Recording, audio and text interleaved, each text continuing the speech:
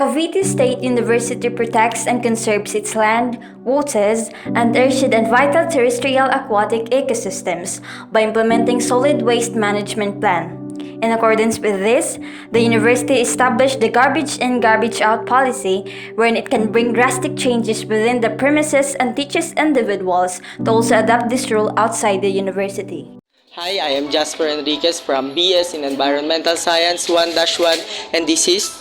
Good afternoon, I am Anthony Lota, and I am currently senator from SEMS and taking up Bachelor of Science in International Studies, major in European Studies. And kasama ko pa nga po pala si... Roma Elaine po. Roma Elaine Di Pedrosa po. Raina Joy po. Angel Marie po. Camille Angel po. And this is... Nathaniel Berante from BSE Science 1-. Ako si Justine Libutan from Bachelor of Science in Development Management under ng CEMDS. And kasama ko po si... Yan Fernandez from PSES 3-1. How did you feel about the policy garbage in, garbage out when you first heard of it? At first, I'm a bit skeptical about their policy, but after having face-to-face classes here in SEMS, I was able to figure out that it's for the job of our school to maintain the cleanliness here in our university. But after that, here in our university, also here in SEMS, we were able to manage some of activities that can help and can make progress regarding garbage in and garbage out, because first of all, we don't need to do that if the students are more disciplined and if they're able to follow the policies here in our school related garbage in and garbage out. Sa akin okay lang naman kasi hindi mo lang ako kinakaba. Para ma-practice din yung pag sort out ng basura sa labas at palaganap din yung discipline po dito sa school. Sa akin naman po hindi siya, siguro sa iba po malaking adjustment, pero sa akin po hindi, since sa previous school ko po, ganun na din po yung ginagawa namin. Culture shock po kasi syempre sa dati naming school may mga basura na pwede ka magtapon, ganun. Dito wala, talagang basura mo, kalat mo, tapon mo, ganun. Kaya di sanay. Sa akin ganun din. Okay lang siya, pero naisip ko na parang medyo hassle kasi nasanay din ako sa previous school na laging may basurahan every corner, every side. So, ayun. Pero okay lang naman siya kasi magandang practice siya para in the future magamit mo siya kapag labas ng school. There's nothing wrong naman when it comes to garbage in, garbage out. But nung una ko siyang narinig is, ang unang pumasok sa akin is, ano nga ba ang garbage in, garbage out? That's why nung inaral ko siya is, it's all about the environment on how Cubs-Sueños or how the students, kung paano niya palagaan yung mga nangyari or mga kalat sa loob ng ating universidad. Yung GIGO policy kasi hindi na siya bago sa akin. Like, iba yung tawag sa dati naming school, ginagawa na siya pero hindi talaga like GIGO yung tawag. Pero same thoughts lang din naman na yun nga kung ano yung garbage mo, kung ano yung waste na inano mo, yun yung ilalabas mo. Personally heard of it, I think it is a very sensible policy considering that training individuals to manage their own garbages is a step in teaching them and in developing their responsibility.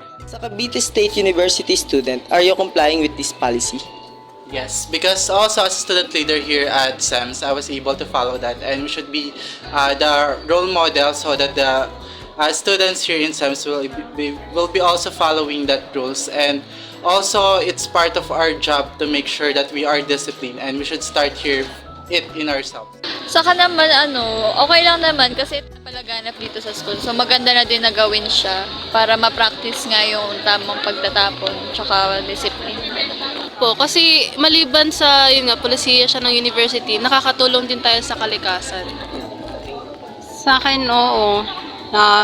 Di talagang napapractice siya kasi nakakatakot din pag nagtapon ka dyan, nahuli ka, mapapagalitan ka din.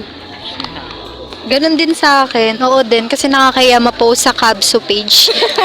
Dadamay pa At yung org namin madadamay pa. Personally, ako, nasunod ako kasi nga, swerte na lang siguro na na-practice ko na siya like before, sa kahit yung wala pa ako sa Cabso.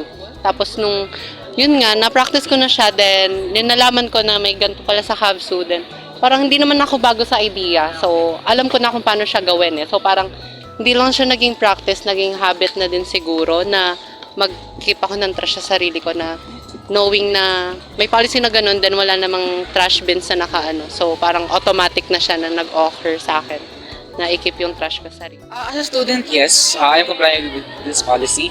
Whenever I have garbage, I always put them in my bag so I can throw them when I get home. What is your perception of those people that do not follow the implementation garbage in, garbage out policy? I think those kinds of people are the ones who they don't tend to follow rules specifically because they believe that just because no one is punishing them for breaking something, they don't consider it as something to be followed. Yung GIGO policy kasi, napaka-broad niyang topic. To be honest, nagigets ko yung iba kung bakit hindi sila nagigigo. Kasi nga, yung GIGO kasi, dapat practice talaga siya ng individual. Hindi naman siya like porket na as a policy, masusunod siya ng iba, hindi. Kasi ang daming factor na naka-apekto, katulad na lang sa CR ng girls, na yung mga sanitary waste, and ganun din naman sa boys, may mga sanitary waste din naman sa, hindi pa sanitary waste, pero yung mga tissue na nagamit. Syempre, noong nagigo policy, hindi mo naman like pwedeng ilagay yun sa bag mo, na sanitary waste, uuwi mo. Tapos parang baka ano pang may infectious doon, tapos kumalat pa sa bag mo, then makaano ka pa ng iba. So mahirap siya, like may mga din, it's more of like sa tao talaga, like kung titignan natin yung GIGO policy, maganda naman yung objectives niya, maganda yung gusto niyang i-aim para sa HAVSU.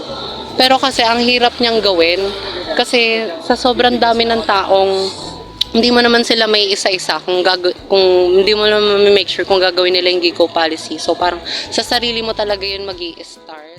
Tungkol sa project niyong plastic bottle recycling, anong reason ba't niyo nagawa ito at anong effect nito sa garbage in, garbage out policy ng university? Okay, so related with that project, because we have garbages like plastic bottles that there are situations that we could not control. For example, we have plastic bottles, we will buy it on 7-Eleven and we're on our rush time.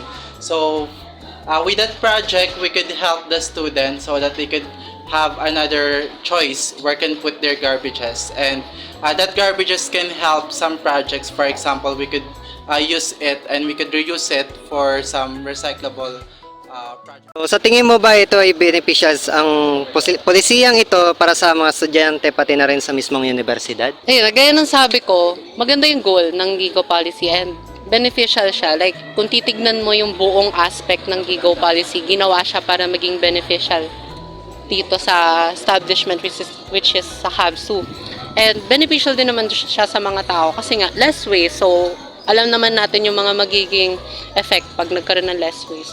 Pero kasi kung titignan natin ngayon na parang hindi naman siya nasusunod to be honest. Like, kahit dito pa lang, may makikita ka pa lang madaming waste. So, siguro, bago siguro natin ipa-implement yung GIGO policy, mas okay sana na i-target muna natin yung mga underlying problems. Like, ano ba nagiging problema natin sa GIGO policy? So, yung practices ng mga tao, yung mga hindi marunong mag-uwi ng sariling basura. So, feeling ko, bago natin ma-achieve yung goal ng GIGO policy, mas mag-focus muna tayo dun sa mga underlying problems na nagkakos para hindi mag-complete yung goal ng GIGO policy. I think it is beneficial for the students and also for our university because first of all, we could prevent garbages here inside the school, and also we could help the students to discipline themselves, and they could create, and our university could show that our university is well disciplined